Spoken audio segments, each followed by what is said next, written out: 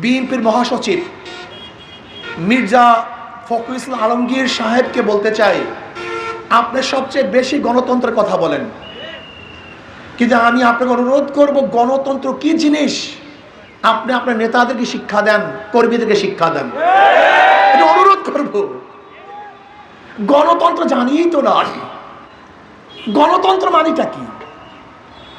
গণতন্ত্র ততক্ষণ প্রতিষ্ঠিত হবে না যতক্ষণ বিরোধী দল না থাকবে। আর বিরোধী দলের কাজটা কি আমাকে বলুন তো? সরকারি দল কি কি অন্যায় করে, কোন জায়গায় তার দুর্বলতা আছে সেটা ধরিয়ে দেওয়াই তো বিরোধী দলের কাজ। এই বিয়াক্ষরা জানি না, সব জাহেল, সব মূর্খের গোষ্ঠী।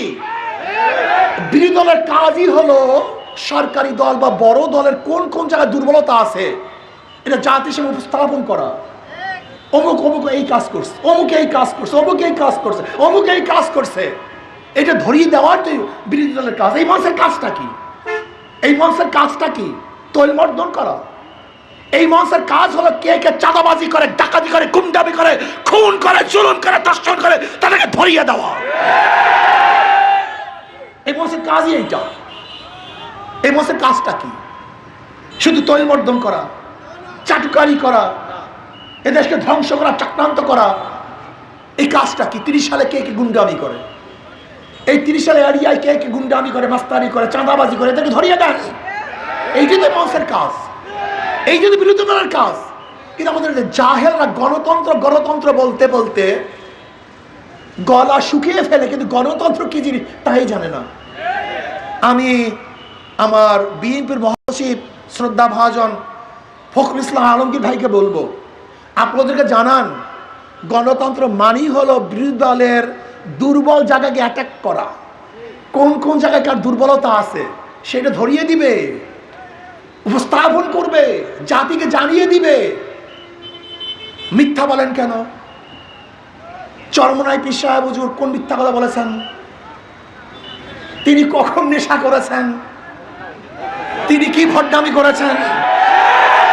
আপনারাই বলুন, এটা কি হয়? এটার নাম অ্যাটাক? এটা দুর্নাম। কি বলেছেন? মিথ্যা বলে নেশা খায় পীর সাহেব চরম, মিথ্যা বলে নেশা খায়, এরকম স্লোগান পীর সাহেব চরমের ব্যাপারে হয়? আমাকে বলেন কি মিথ্যা বলেছে? কোন বক্তব্য তারা মিথ্যা ছিল? আমি তো স্পষ্ট বলেছিলাম যে দেখেন, চাঁদা তুলে পল্টনে চলে যায় লন্ডন, এই বক্তব্য আমার না। আমি এই কথা স্পষ্ট বলেছি, এই বক্তব্য আমার না, মানুষে বলে। কাজে আপনাকে সংশোধন হওয়া দরকার, এটা আমার উদ্দেশ্য ছিল। আমি কি বক্তব্য দিয়েছি? আপনারা শুনেছেন এই বক্তব্য, আমি সেইটা বলেছি। আপনাদের ব্যাপারে এই বক্তব্য আসছে, আপনারা সংশোধন করেন। যদি এই বক্তব্য আমার থাকতো তাহলে আপনি আমাকে অ্যাটাক করতে পারতেন। এই বক্তব্য আমার না, আমি বলার সময় বলেছি এই বক্তব্য কিন্তু আমার না। মানুষ বলতেছে সংশোধন হন, কিন্তু আপনারা সংশোধন হন নেই।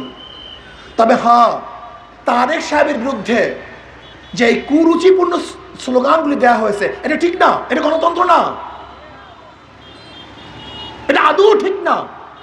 আমিও বিশ্বাস করতে পারি নাই সর্বোচ্চ বিদ্যাপীঠের ছাত্ররা এই স্লোগান দেয় কিভাবে, এটা দেওয়া ঠিক না। আমি মনে করি চরমনাই পীর সাহেব হুজুর ইসলামী আন্দোলন বাংলাদেশের ভুল ধরিয়ে দেন, স্টেজে ভুল ধরিয়ে দেন, আমি খুশি হব। এই যে আপনার কাজ, আপনার কাজই হলো স্টেজের কাজ, হলো বিরোধী দলের কাজ, হলো ইসলামী আন্দোলন সহ যে দলগুলি আছে তাদের কোন কোন জায়গায় ত্রুটি আছে, বিচ্যুতি আছে, ভুল আছে ধরিয়ে দেন। এইটাই তো বিরোধী দলের কাজ, এইটাই তো সৌন্দর্যতা। গণতন্ত্র সৌন্দর্যতাই যে এখানে। আপনারাই গণতন্ত্রের মধ্যে গণতন্ত্র চিল্লান, অথচ আপনাদের সমালোচনা করলে আপনারা সহ্যই করতে পারেন না। মূর্খতা বাদ দেন, শিক্ষিত হন, রাজনীতি সম্পর্কে জানাশোনা করেন। দুই একটা সংসদ দেখেন, গোটা দুনিয়ার সংসদগুলি দেখেন, সংসদে কিভাবে আলোচনা হয় শুনেন। বিরোধী দল ক্ষমতাসীনদেরকে কিভাবে অ্যাটাক করে একটু শুনেন, ধৈর্য ধারণ করেন। আপনি তো গাঁজা নিয়ে ব্যস্ত থাকেন, মদ নিয়ে ব্যস্ত থাকেন, চাঁদা নিয়ে ব্যস্ত থাকেন। রাজনীতি শিখবেন কখন? কোথায় রাজনীতি শিখবেন? রাজনীতি তো শিখেনি না। আমি অনুরোধ করব আমাদের সমালোচনা করবেন, এটা আমার অনুরোধ। যৌক্তিক সমালোচনা করবেন, এইটাই তো সৌন্দর্যতা। চরমনাই পীর সাহেব অমুক জায়গায় চাঁদাবাজি করছে, চরমনাই পীর সাহেব এই মিথ্যা কথা বলছে, এটা ধরিয়ে দিবেন।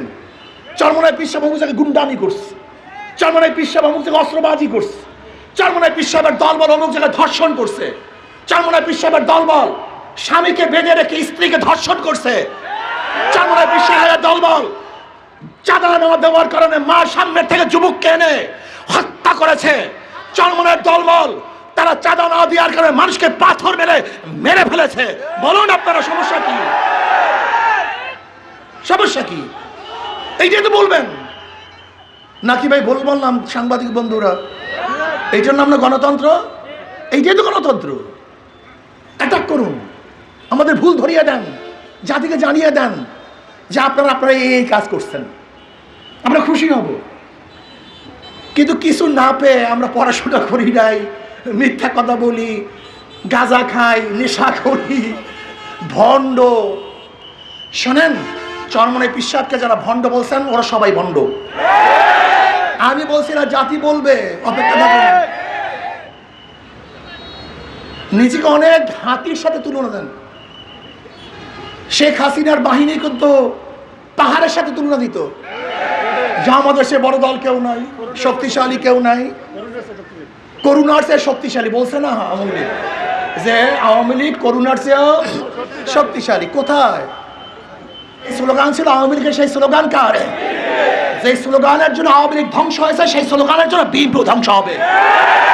লিখে রাখুন, লিখে রাখুন, যে স্লোগানের জন্য আওয়ামী লীগ ধ্বংস, একই স্লোগান যদি আপনি দেন আপনি ধ্বংস হবেন। যেই পথে গিয়ে অমুক ধ্বংস হয়েছে সেই পথ আপনি ধরলে আপনিও সেই পথে ধ্বংস হবেন। যেই বক্তব্যে একটা বক্তব্য ছিল শেখ হাসিনা রাজাকারের বাচ্চা, এই এক রাজাকারের বাচ্চা বলার কারণে তার মসনদ ধ্বংস হয়ে গেছে। সেই শেখ হাসিনার রাজাকার আপনার মুখে আসছে, আপনার ধ্বংস হয়ে যাবেন, নিশ্চিত ধ্বংস হবেন। এর জন্য আমি অনুরোধ করবো, বিএনপি যারা করেন পড়াশোনা করেন।